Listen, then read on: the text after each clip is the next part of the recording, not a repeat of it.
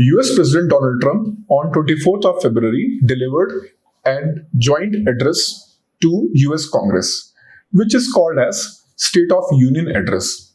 So why he have delivered this address and what is State of Union Address? Let's understand. According to US Constitution, Article 2, Section 3, US President have to send a message once in a year to joint session of US Congress. In 1790, US President George Washington was the first president to deliver this address, and he delivered this address as a written text, means the speech is already prepared and he delivered that address, and it was the shortest address till then date in the history of United States. In 1801, President Thomas Jefferson have made one change. Rather than going in person, he have sent a letter to US Congress where he explained the priorities of his government and the achievement of his government. And he did because he feel that it is look like a monarch is going to present in the legislature. So he changed the tradition.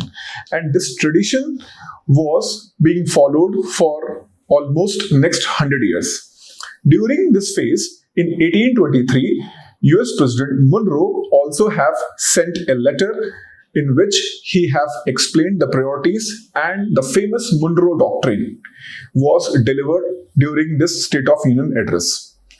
In 1913, US President Woodrow Wilson have made one change, and that change is still followed even today. Till then, 1912, all these State of Union address by US presidents are already written speech, means they are already prepared and it is being read by the president in the US Congress.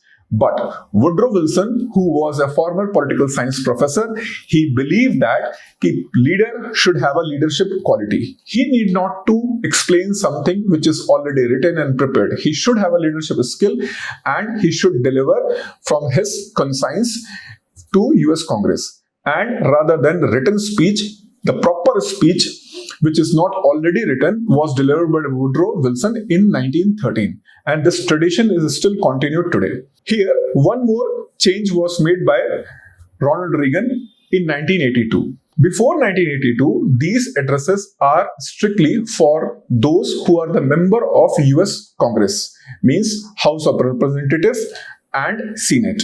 But in 1982, Ronald Reagan have started a tradition where a common public, through invitation by US government, can also see that address from the gallery of US Congress. In this way, he made this change. When Donald Trump have given a State of Union address on 24th of February, that was the longest speech in the history of United States.